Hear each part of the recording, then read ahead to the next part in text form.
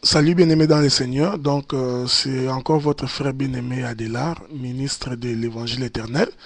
Comme nous l'avons dit la fois passée, l'Évangile éternel n'est pas un ministère, c'est pas une église, c'est pas une dénomination. L'Évangile éternel, comme le livre d'Apocalypse 14 nous le dit, c'est cet évangile prêché à toutes les nations, prêché à tout le peuple, à tout le monde. Hein. Donc, c'est ça même la parole de Christ. C'est ce que nous appelons exactement l'évangile éternel.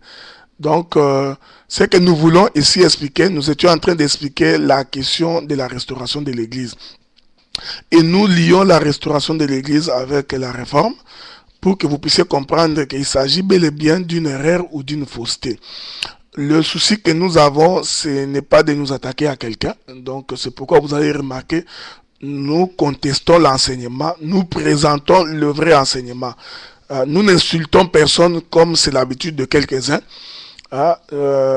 qui ont tendance à très vite insulter ou injurier quand ils sont à court d'arguments pour soutenir quelque chose. Nous étions en train d'expliquer que la restauration de l'Église n'est pas biblique, elle n'est pas chrétienne. Il n'y a aucune prophétie de l'Écriture qui démontre que l'Église doit être restaurée. Nous comprenons que c'est plutôt Israël qui doit être restauré. Tout simplement parce qu'Israël a rejeté le Messie. Il a tourné les regards. Vous comprenez? Le livre de Matthieu nous explique que Jésus déclare à propos d'Israël, il dit: Israël, Israël, je voulus te rassembler. Comme la poule rassemble ses ailes rassemble ses poussins sous ses ailes, mais tu as refusé. Vous comprenez? Israël a rejeté le Messie. C'est pourquoi Israël a besoin de la restauration. Nous allons lire le livre de Jérémie chapitre 16, chapitre 7, pour que les gens puissent bien comprendre que la réforme de l'Église, tout comme la restauration, est bel et bien une fausseté. Remarquez, Jean chapitre 1er, la Bible dit ceci à partir du chapitre 1er, le verset 14. La parole a été faite, chair, elle a habité parmi nous, pleine de grâce et de vérité. Nous avons contemplé sa gloire, une gloire comme la gloire du Fils unique, venu du Père. Maintenant, quand vous descendez, vous allez vous rendre compte de ceci. L'Écriture dit ceci.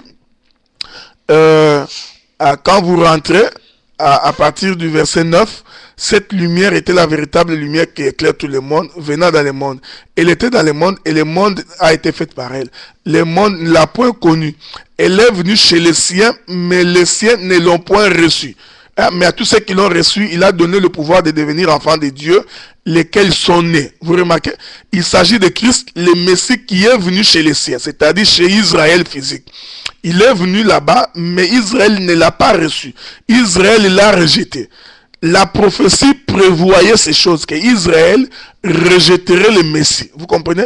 C'est pourquoi nous disons que Israël aura besoin de la restauration pour reconnaître le Messie, pour reconnaître qu'ils avaient rejeté le roi de Dieu.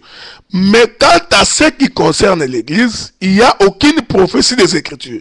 Aucune prophétie, parce qu'il faut bien lire la prophétie, qui démontre qu'à un moment donné, que l'Église va rejeter le Messie, qu'il va rejeter Christ. Parce que celui qui a besoin de la restauration, c'est celui qui a rejeté. Maintenant, on prétend avec les conseils de Nicée, on prétend avec les organisations qui se sont créées autour du 2e siècle, 3e siècle, que c'est à ce moment-là que l'Église a rejeté le Messie, a rejeté la vraie parole. L'Église a rejeté la vérité. Frère, ça c'est une fausseté. Il y a des hommes qui rejettent la vérité. Ça, nous le reconnaissons. Il y a des hommes qui refusent de croire au Messie. Ça, nous le savons. Mais l'Église ne peut pas rejeter le Messie, frère bien-aimé dans le Seigneur. Parce que l'Église porte la marque de Jésus. Il dit ceci. Même au milieu des ténèbres, dans les ténèbres, l'Église, vous marchez comme si vous marchiez le jour. Vous comprenez? Encore un peu de temps, le monde ne me verra pas. Le monde sera dans les ténèbres. Lui qui? Lui la véritable lumière. Le monde sera dans les ténèbres parce que le monde ne verra pas la lumière du soleil. Mais l'Église, nous, marchez comme si vous marchez les jours parce que vous avez la lumière du monde. Vous comprenez? Vous portez la lumière qui est Christ. C'est pourquoi nous disons que sur le plan prophétique, Le comble, c'est parce que beaucoup de gens ne saisissent pas l'écriture. Ils sont en train de lire l'écriture en français. Ils comprennent la Bible en français. C'est pourquoi nous disons que la compréhension des choses spirituelles, quand la prophétie t'échappe, tu vas commencer à raconter n'importe quoi. Remarquez, l'église n'a jamais besoin d'être restaurée. Prenons le livre de Jérémie, parce que c'est là qu'on est en train d'expliquer la question de la restauration et de la réforme de l'église. Prenons le livre de Jérémie. Qu'est-ce nous dit Jérémie chapitre 7? Rentrons là-bas, on va voir ça. Jérémie chapitre 7. Lisons ça un peu. Remarquez. L'écriture dit ceci à partir du verset 2. Place-toi à la porte de la maison de l'Éternel et là publie cette maison et dit, écoute la parole de l'Éternel, vous tous hommes de Juda qui entrez par ces portes, pour vous prosterner devant l'Éternel. Ainsi parle l'Éternel Dieu des armées, réformez vos voies et vos œuvres, et je vous laisserai demeurer dans les lieux. Vous allez remarquer qu'ici, le prophète Jérémie est en train de parler aux enfants d'Israël. Il n'est nullement question de l'église. Cessons de faire la confusion. C'est pourquoi j'ai toujours dit, quand tu prends un verset, il faut bien placer l'écriture. Le prophète Jérémie parlait aux enfants d'Israël, de la maison de Juda. Vous comprenez? Il leur dit de réformer leurs voies et vos œuvres. Or, vous allez remarquer que l'homme ne peut pas réformer ses voies. Vous comprenez? Tu ne peux pas changer ta voix parce que c'est Dieu qui fait changer les cœurs. Le temps va arriver où Israël va revenir au culte du véritable Dieu.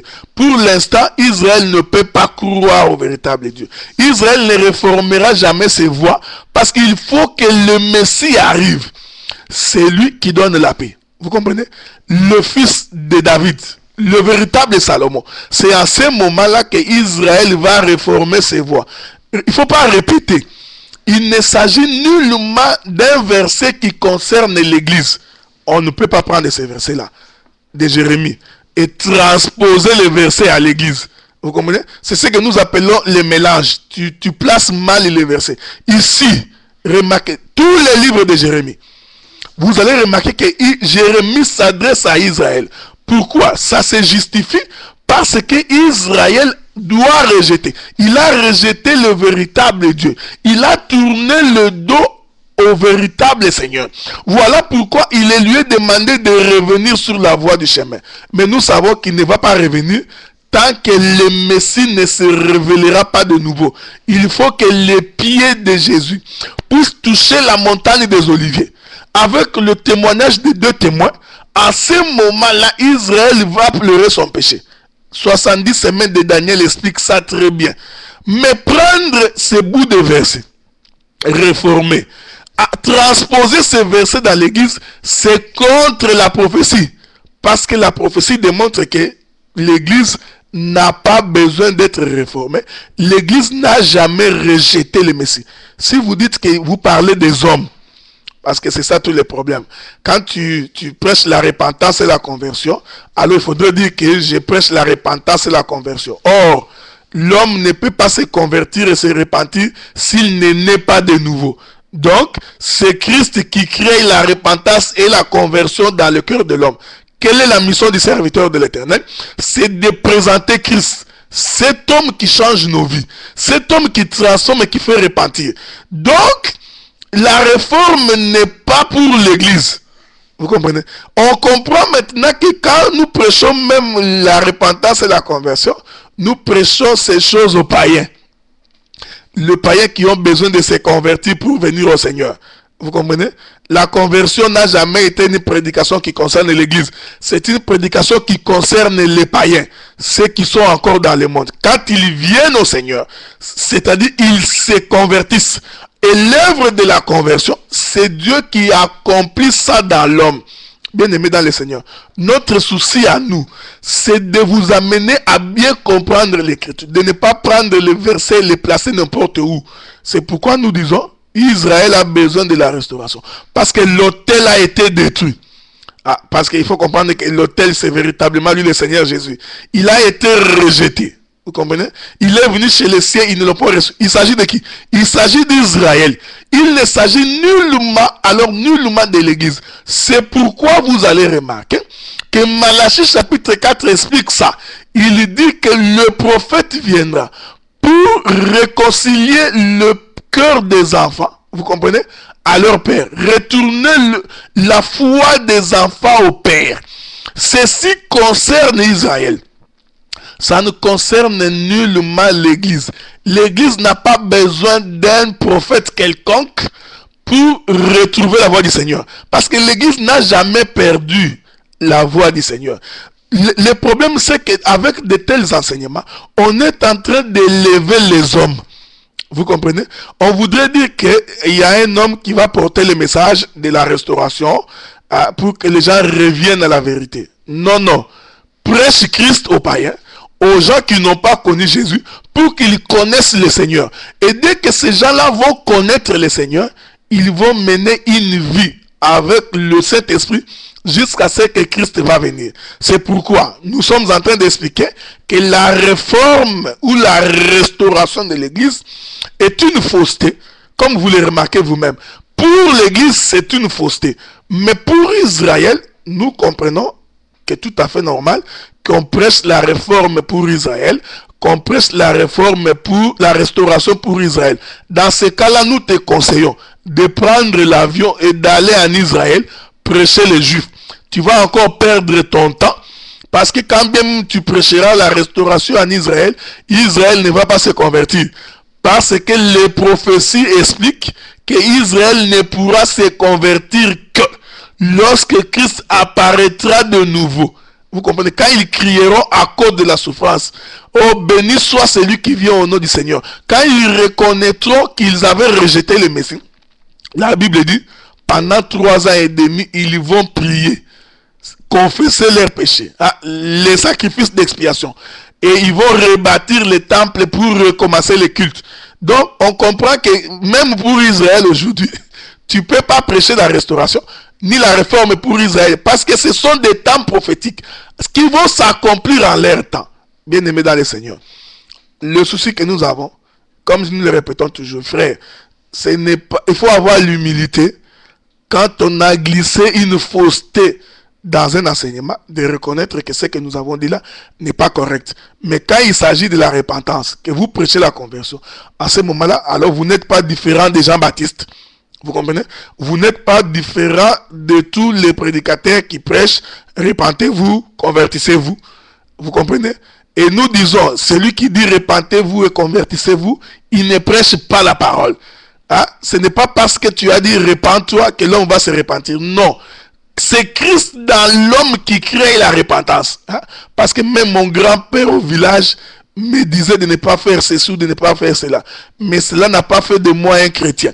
C'est Christ qui change nos vies. C'est lui qui transforme. On comprend que pour se repentir, on doit naître de nouveau.